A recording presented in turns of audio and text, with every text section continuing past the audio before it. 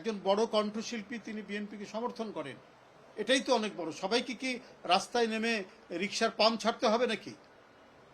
এটা কি ধরনের কথা? দুজন, তাহলে নিশ্চয়ই তারা মানে দুজন মানে তাদের আচরণের মানে সাংস্কৃতিক ঘাটতি আছে, তাদের আচরণ অত্যন্ত ত্রুটিপূর্ণ। কেন সেলিব্রিটি আসবে না কেন? পৃথিবীর অন্য কোনো দেশে দৃষ্টান্ত নেই? দৃষ্টান্ত রয়েছে তো।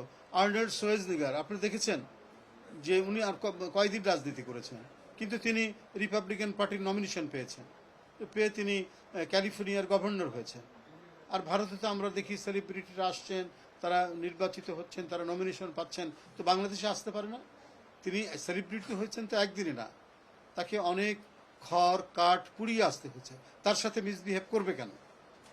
এটি দলের যারা সত্যিকারের নিবেদিত প্রাণ এবং সুরুচি সম্পন্ন কোনো মহিলা, তারা এই কাজ করতে পারে না। আমরা এই বিষয়টি খতিয়ে দেখছি এবং যে এই ধরনের ঘটনার সাথে জড়িত নিশ্চয়ই তার ইয়ে হবে, তার সাংগঠনিক ব্যবস্থা হবে তার বিরুদ্ধে।